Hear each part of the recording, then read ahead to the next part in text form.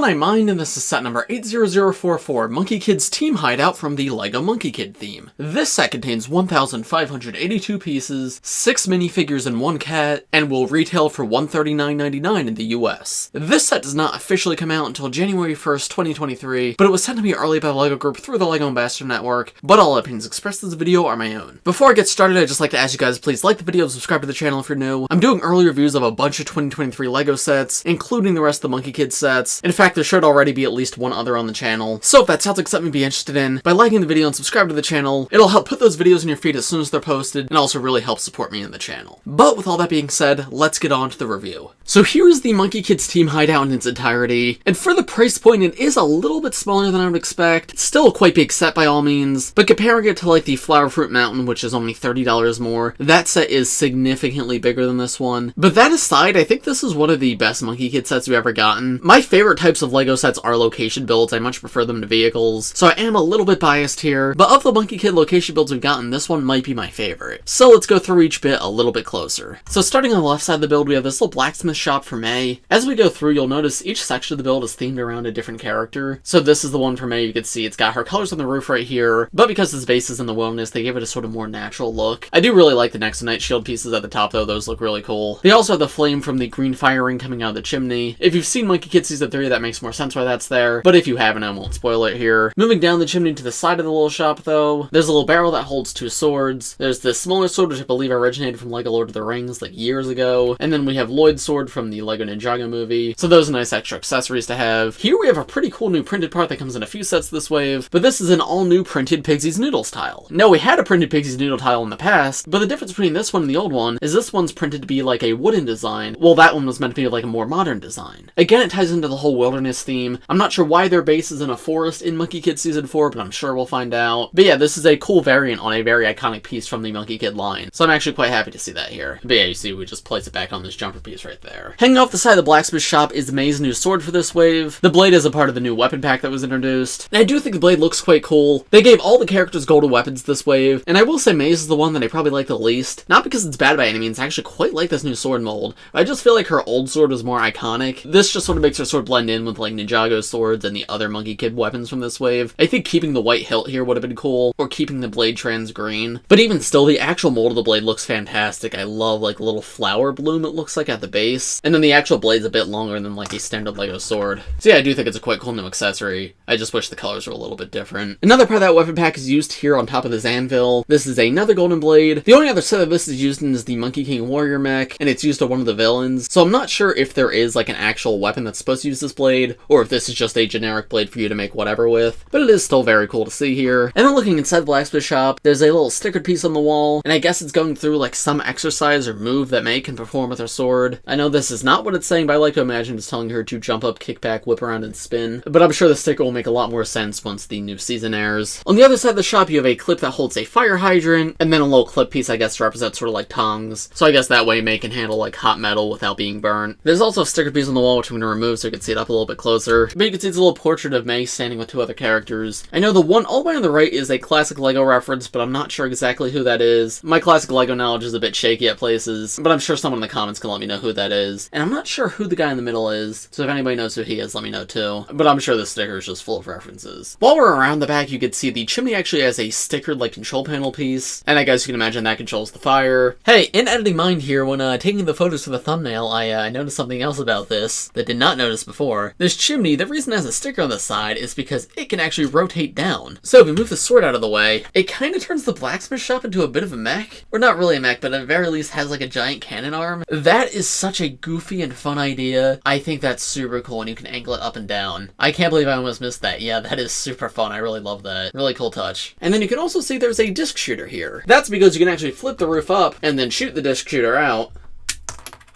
So that way the Blacksmith Shop can double as like a little turret. That's quite fun, it's just plain green discs that it shoots out. Next we come to one of the larger terrain parts of the build. The terrain looks very pretty. I love all the rocks all throughout, the variants of colors, like the sand green, the dark tan, the normal green, and the gray. They all come together quite nicely. And like the little olive green dots on top, it just gives it all a very natural feel. Reminds me a lot of like the Keeper's Village from Ninjago. That set also did a very good job of like representing nature, though I think this set might outdo it just because it did have a bigger budget. Anyway, next to Mei's Blacksmith Shop, Shop, we have a little outpost for Speedy Panda. That's very funny to see that represented here, because Speedy Panda is like a chain in the Monkie Kid world, so they just made a wooden version of it. I love the little wooden mascot right here. That's a sticker for the face right there. But then you have lots of different food out front. This carrot piece in white's quite cool to get. And then there's some Chinese text on the sign right here. As always, these Monkie Kid reviews, I am not sure what that says, but if anybody in the comments would like to translate, feel free. There's also a little sticker on this box, which has a picture of a pig on it. And then you can see in the back right there's a little golden frog. Also, there's a quick look at these stickers on the top of the stand, too. And yeah, as you can see, the stand actually comes off if you want. You can separate that from the rest of the build. I actually really like how it connects on an angle, though. Just makes everything feel more dynamic, less blocky. But yeah, I guess now is a good time to mention, pretty much every individual section of this build is removable, so that way you can rearrange them and connect them with, like, other Monkie Kid location builds. Like, for example, you can connect these to the Monkie Kid City of Lanterns from last year, if you wanted to for some reason, as well as the side builds from lots of other sets. But yeah, you can say I can remove the Blacksmith Shop very easily. And even same thing with this triangular bit on the side. So that way I can rearrange things if I want, and this just becomes its own like little square unit. Anyway, now moving on from Speedy Panda, here we just have more terrain, another one of these yellow boxes, there's a printed chicken piece on top which is very nice to get. I feel like these guys have been coming in more sets as of recently. Out on the side there's a little well which is very cute. This is another removable section, you just pull it off completely. The well has a sparkly blue disc in the center to represent water, and a little bucket on the outside so that you can imagine collecting it. And then of course there's the bamboo out the back which looks absolutely fantastic. Really love how they did that here, with like the candlestick pieces and like the different colored leaves. I really love that. And they're also mini ball joints so you can move them around if you want, move them back if you want to imagine them like being cut down. But yeah, it just provides such a nice backdrop to the build, which also just makes it feel full of nature. It's a small touch but a really nice one, and you'll see it's also used in other parts of this build. Anyway, now finally coming to like this building in the back, you can see there's a poster out front. I assume this is some sort of wanted poster. It looks to be for the Golden Winged Eagle, who also comes in this set. Again, anyone who wants to translate, feel free. And then this house is 2 floors. There's stairs to lead up to the upper level, but let's take a look at the ground floor first. So the ground floor seems to be a little area for Sandy and Mo to stay. You can see there's a water bowl and a food bowl in there, presumably for Mo. Also, I just noticed there's a little, like, cracked egg right here. Guess the chicken in the set had some issues. But yeah, you can see Sandy's weapon is kept at the back here. There's a fish hanging out to dry in one of these like little carrot stalk pieces. And then there's a stickered part on the inside, which I guess sort of shows what's for sale here. That little stem piece, by the way, is the one from the Avatar sets, so that means that it is indeed glow in the dark. I believe it's the only glow in the dark part in this entire set, but yeah, it's kind of funny that that's there. Cool to get if you didn't get any of the Avatar sets. And then right outside Sandy's house, you have a little crate right here, and if I remove this, there's a little red crab piece, as well as some trans-clear cheese slopes, and I guess those are to represent ice, and the crabs being frozen to be eaten later. Poor guy. Now to finish things off for the Sandy part of the build, let's take a look at his weapon up a little bit closer, and I genuinely think this looks really good. It's reminiscent of the weapon he had previously when he was a big fig, but obviously scaled down and now made golden, and yeah, I genuinely think it fits him quite well, and those are 2 really cool new molds there. And then above Sandy's area, we have Pigsy and Noodles, but just like Speedy Panda, this is a Pigsy and Noodles just set in the middle of nature. You can see on the wall we have Pigsy's rake, which is his weapon for this wave. On the other side we have a frying pan and a knife. There's a stickered part on the outside which looks to be advertising the food, and this can actually be spun around so you can have the pan on the outside instead, and that brings that poster inside. Not sure what the purpose of that is, but I mean it's fun, very smooth. And then on the other side behind the rake, looks to just be miscellaneous slips of paper, maybe menus, order slips, just that kind of stuff. Cute little tree growing out the side, again adding to the very natural feel. And then outside there's a little bit of room for minifigures to stand if they want to like place an order. This I assume is the actual menu. Then you have some food out here, a pot, a bottle, and then a little sticker noodle symbol at the top. This section once again is removable. They've also got these Chinese characters at the side, which once again, as I always say, if anybody wants to translate, feel free, but I am not sure what any of it says. I assume it's some sort of advertisement for Pigsy's Noodles though. And then finally, the last pretty cool thing that you can do with this, similar to Mei's Blacksmith Shop, this little noodle shop doubles as like a turret. If you reach behind the back of the roof, you could flip this pig face up, and this has 2 of the new stud shooters, which of course you could shoot studs out from. The stud shooter pig face is absolutely adorable and goofy and fun, and I think pink is the new color for the stud shooter part, and this is perfect use of it. Yeah, I really love this. It's just such a silly and fun idea. Really glad to see LEGO did this here. And then to wrap things up for Pigsy's area, here's how it looks to flip it back around. You can see by default the pig's just facing away. Oop, actually one more thing, Pigsy's rake up close. Very cool, like new molded part for the rake. I love the design at the top there, and very unique weapon for LEGO too, unlike anything else I've ever seen. This is a very cool one to get. And then the final part of the build is the biggest part part and the best looking part, and that is the actual Monkie Kid hideout. Now this one looks absolutely beautiful. Again, I love all the bamboo at the front. This little shrine in the center looks amazing and fits perfectly. The clouds add a really nice touch, and I like the foliage at the top. Feels very similar to Flower Fruit Mountain, but a lot less of a facade, way more fleshed out, and this is what really seals the set for me as one of my favorites. This is really, really good. There's a look at that bamboo, once again varied yet consistent. Feels very natural, but also fits in. You have some more around the side. I also like these sort of rounded pieces. There's a very smooth feel to these rocks, which I think is a nice touch, because a lot of times LEGO can feel quite rigid, especially when doing terrain. But no, all these curved pieces give sort of a whimsical feel. I absolutely adore that. Out on the side, we have yet another separatable section, so you can remove this if you want. And on it, you have a couple rocks, as well as what looks to be a little shrine with some sort of golden statue in the middle. Back to the main part of the build, though, you can see there's some stairs up here, which lead to a ladder, and that leads up to the far more significant shrine, and this shrine is to hold the Monkey King staff. You can see it sort of has like a staff-like design coming out of the top, and in fact, this entire section is removable, so I am going to do that just to make it easier to look at. But yeah, you can see the entire shrine's themed around the staff, including this area at the top. A very nice tiled roof design, and they top off the corners of the roof with these all new parts, which I believe are going to be used for the fingers on new Ninjago mechs, so that is quite cool to see them here. Very different use of that part, but equally good. Very red and gold design coming down. There's a little bit of a plant growing off the side, and I do like these candlestick pieces here just to add some more dimension to this build. Pretty much the same thing on the other side, but without the stick. And then in the center you have this stone tablet, which has all these different characters on it, which, once again, feel free to translate if you guys want. But if you spin that staff at the top, this will turn around and reveal the actual staff. This is held on by a clip and of course can be removed. So if you want to give the staff as an accessory to Monkey Kid, you can. And this uses the all new staff hilt pieces introduced with this wave. And they do look really cool. I like the sort of runic design on them. Feels much more show accurate. Though I will say the center of the staff is very short here. Not too difficult to expand it if you wanted to. But the other set that this comes in has a much more elaborate build for the staff. So I wish you did get extra pieces here to expand this, but it does not look like you do. Or wait, actually I stand corrected. That is probably what those candlestick pieces on the side of the shrine were for, to make the staff longer, which is actually a really cool touch that I quite appreciate. So yeah, I take that back. This is very cool. It's the complete version of the new staff, and it's just an awesome build to get. And I think the shrine fits it absolutely perfectly. No complaints from me at all. I really, really like this. Beneath where the shrine is, the set comes with a bunch of extra Technic Pins, and that's just so that if you want to connect the set to other sets, you can use these Technic Pins to do so. So I do appreciate the set having a way to hide these, and this is very similar to what the City of Lanterns did last year. Let's reattach the shrine back on there for now, though. While we're here, quick look at the top of the mountain. There's just a little sticker part with a warning sign on it, which looks to just say, uh-oh, you might slip, which that is quite funny. I don't think I showed these stickered parts up close yet either, but we just got some vines and flowers growing here. I think those do help add to like the very natural feel. But that's not everything of this build. As I mentioned, unlike Flower Fruit Mountain, this set is not nearly as much of a facade. There's a fully fledged interior here, which you can actually open up. If I push back on a piece of the back, this bamboo actually opens up to allow a minifigure to enter inside. So there's what that entrance looks like. You can see it's a very smooth transition from closed to open. And here's how the transformation looks on the other side. You just grab the slip part right here, pull it back, push it open. It's actually quite a lot of fun just to move back and forth. And luckily, they made the bamboo quite sturdy. Like, I would worry with something like this that it would fall apart, but no, I have not had that issue at all. This is very well done. They also seem to have included an octane gas tank right here. They don't have a logo or anything, but that's definitely the colors of it. So I assume that's what that's meant to be. Oh right, actually I almost forgot. That's because the octane gas tank corresponds with another part of this build, the side build in this set, because the idea is you load it up, push that button,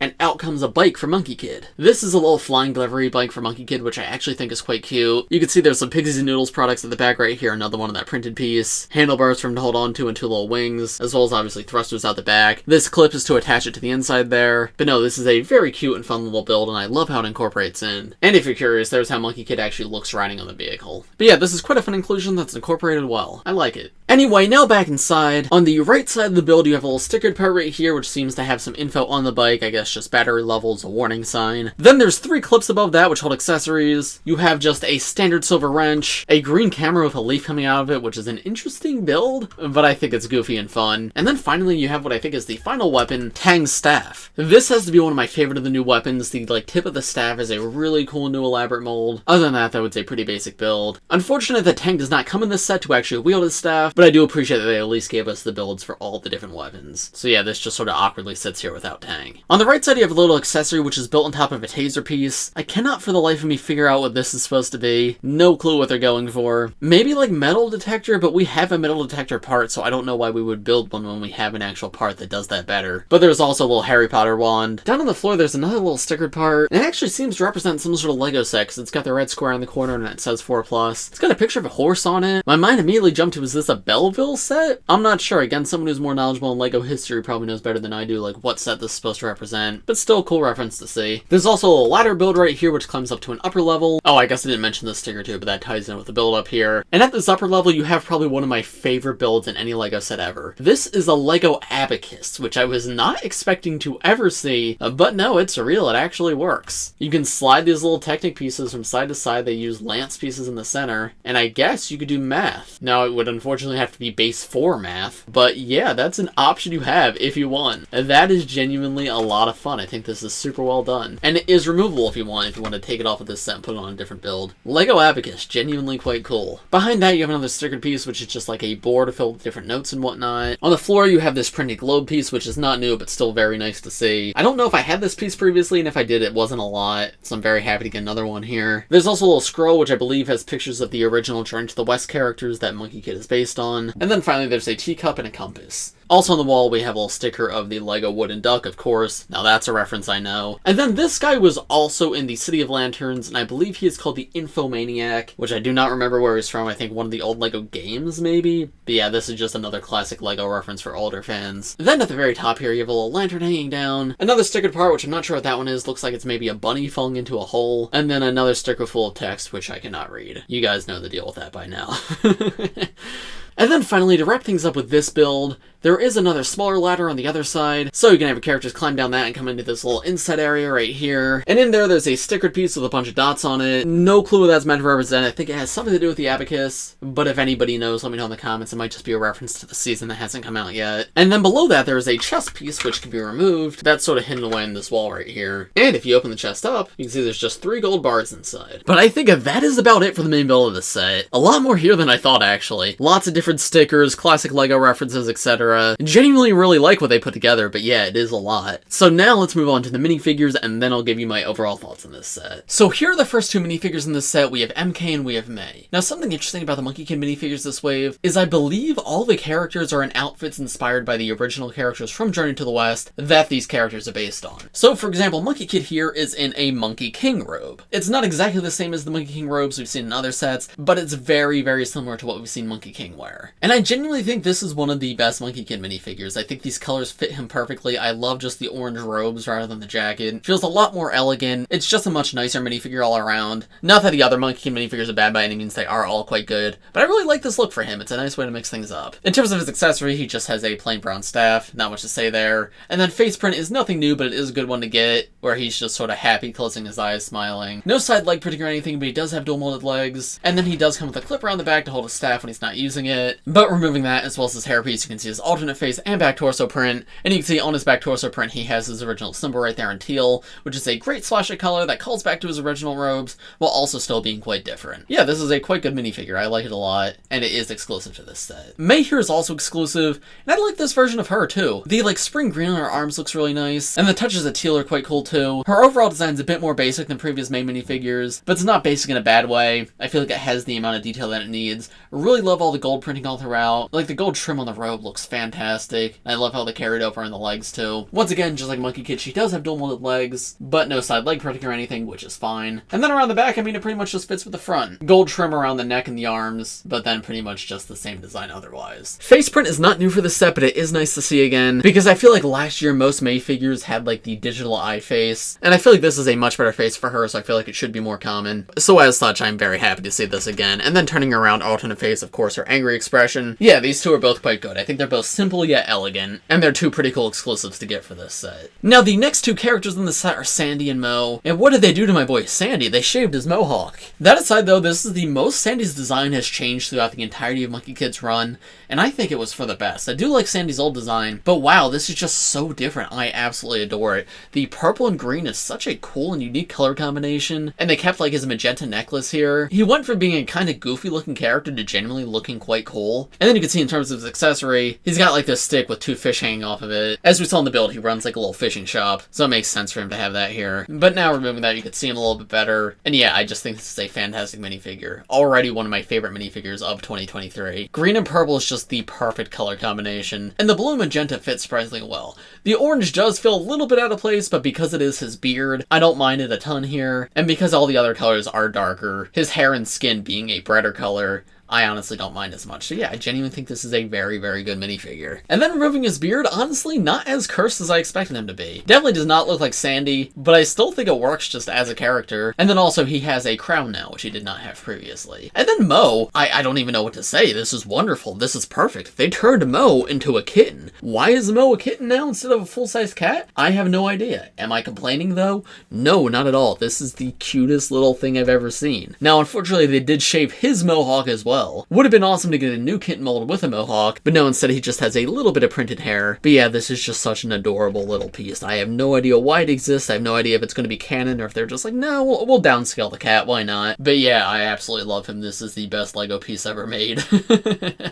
And then the next 2 minifigures in the set, we have Pigsy and Lee. Pigsy, once again, just like the others, a really cool new look for him, very different from previous Pigsy outfits. I quite like the blue on him, I think it looks really good, though the printing quality on his stomach is really bad. It reminds me of the Porky Pig minifigure from the Looney Tunes minifigure series. Very discolored and doesn't fit with the pink of everything else, so unfortunately, printing quality does really hurt this figure, but design-wise, this is really fantastic. I also quite like the design on the legs. Mid-legs usually don't get printing, so when they do, it's really nice.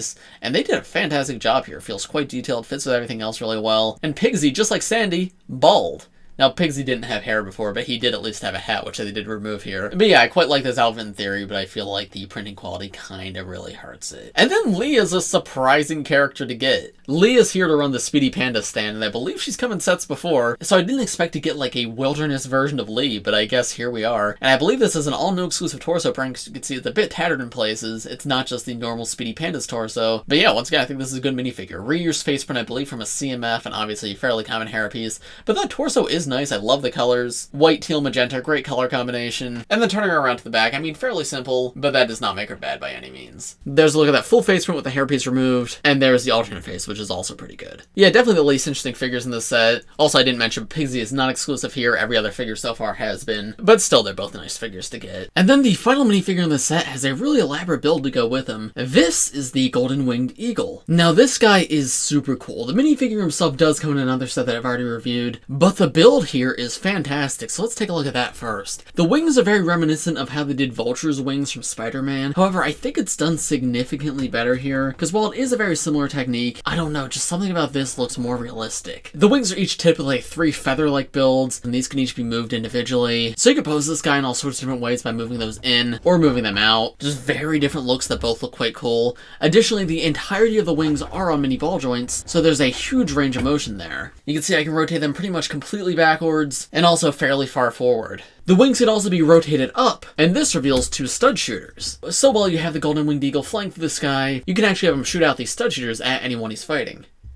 There's also these little skulls that hang down for the wings, which are also on mini ball joints. I think these are just really fun. But then where this guy really differs from Vulture is that he has more than just the wings. You see this entire wing section, which his body connects to, can be rotated left and right, but he also has like these giant bird talons at the bottom. The legs are just made up of a few Technic pieces, but I think the shaping there is absolutely perfect. And then they use these giant golden claws to be the front talons, and then a golden tooth piece to be the back talon. And yeah, I think those look absolutely perfect. The feet can be rotated back if you want, but rotating them forward, it actually keeps the build quite stable. The one thing I will say is every now and then this guy will fall over because he'll become too back heavy. Over time, these back talons might go up, and with those up, it's a lot easier for this guy to fall over. But if you always make sure to have those down on the ground, it's a lot harder. So yeah, I genuinely think this build is really cool, both for play and for display. It looks absolutely beautiful, it's very clear what it's supposed to be, and it's also a ton of fun to move around and play with. If this came in any other set, it would probably be my favorite part of the set, but because I do like the rest of the set so much, it's just yet another good part. But now let's take a look at the actual minifigure up a little bit closer. Actually, real quick, I almost forgot.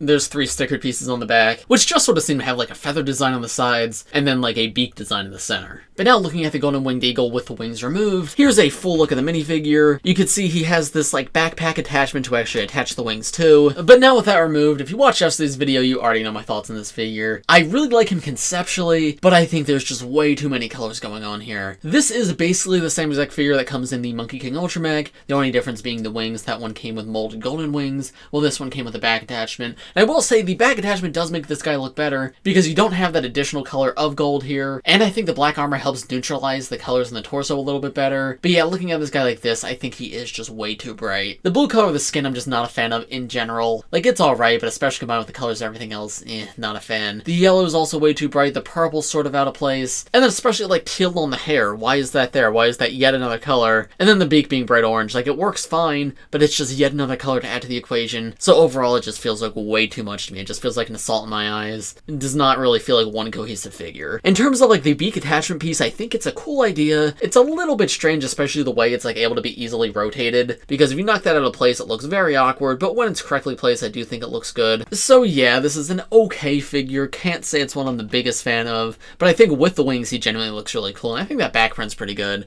But without the wings, he's a little bit awkward looking. I am curious to hear everybody else's thoughts in the comments below, though. And there's the golden winged eagle with the beak removed. Once again, super cursed.